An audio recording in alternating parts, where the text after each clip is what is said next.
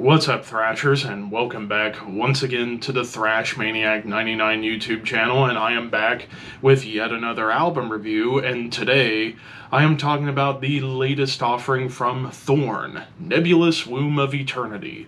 This also came out on my birthday on Transcending Obscurity Records. I believe this is the band's third studio full-length overall, and shock of shocks, I believe this is my first time checking them out. I might have checked out their last album on an episode of Under the Radar that I just don't remember. But I probably didn't, so this might be the first time checking this band out. And, well, they were described on the archives as death doom. I think this is more just straight up death metal, more than anything else. And, well, you pretty much get that vibe immediately with the opening track, Ooze Maelstrom. Right away you get these, like, cavernous tremolos and blasts that feel very much like incantation, but there's also, like, little chug progressions. And instead of doomy riffs, you get more bordering on slam riffs. Like, there's some slam death metal parts that show up in terms of some of the riffs, but it does get into, like, a classic death metal double time stomp, and even lead melodies. Like, for the most part, whenever there's, like, any kind of melody that shows up, it's mostly lead melodies or, like, murky melodies. Nothing pretty or fancy along those lines at all. But yeah, you do get some lead melodies on this track, as well as Quarter Son Remains, Zombifying Mold, and the closing title track. You do get some cool lead melodies, more so to add atmosphere than anything else. And actually, speaking of Zombifying Mold, that one was one of the more dynamic songs on the album. Like, you do get some cool groove and chug, but you do get, like, some cool gallops and tremolos and blasts.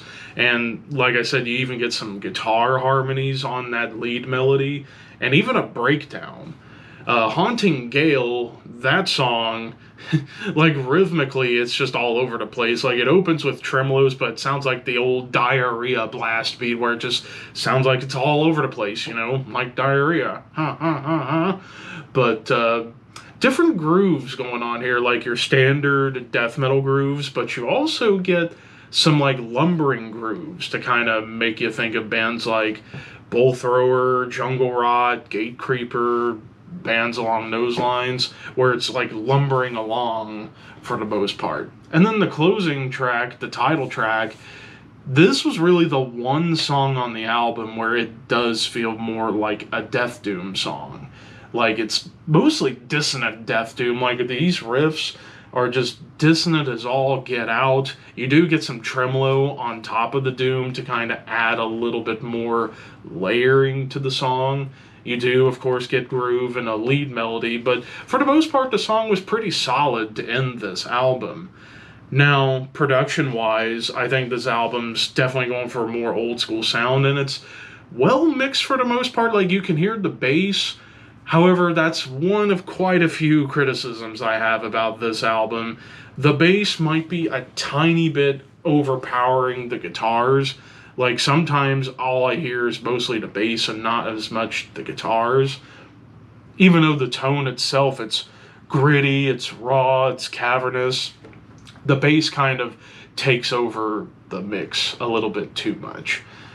It's like, just find a happy medium is more or less what I'm saying. And then, of course, the other big issue would be, even though it's one of the more dynamic songs, but Zombifying Mold, there are moments where it sounds like the beat and the riff is off each other sometimes. Like, they're just, like, maybe a half second or two, or like a half second or a second off from each other.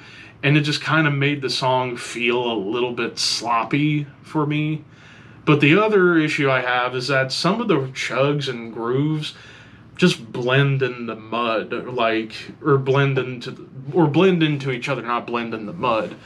But, like, tracks like Entombed and Chrysalis and Quarter Son Remains and even Zombifying Mold, all three songs, like, the grooves and the chugs, sound way too similar. Like, it just kind of felt a little bit lazy, in my personal opinion, especially Entombed in Chrysalis and Courtesan Remains.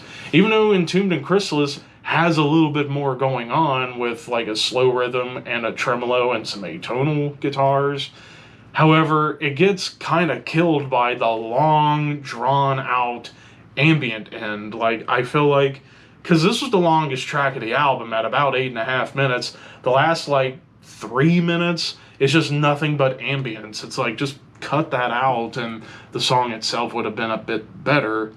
And then Courtesan Remains, it's mostly just groove and chug and nothing else. And then at least with Zombifying Mold, despite it having a similar chugging groove at the beginning and the off rhythms, everything else about the song had more dynamic to it. So it's like the second half of the album does get better in comparison to the first half because you're not hearing the same old formula coming up and about. But still, the too similar riff writing, the way too familiar riff writing in terms of like blending into each other, the bass overpowering everything, as well as that like off section in Zombifying Mold, just made this album very, very uneven for me. So overall, I can only give this a 2.5 out of 5. It's an okay album. There's some potential here. I do think songwriting-wise could use a little bit of work. Maybe the mix could be balanced a little bit more in favor of the guitars, and maybe get some things down pat in terms of timing. But there are a couple of good songs on here, so it's not a total loss. It's an okay album, but just the issues just bring it down bad for me. But of course, those are just my opinions. What did you guys think? Let me know in the comments below, and don't forget to like, comment, share, subscribe, all that fun stuff. But until next time, thank you for watching, keep your horns high, and your dreams wet.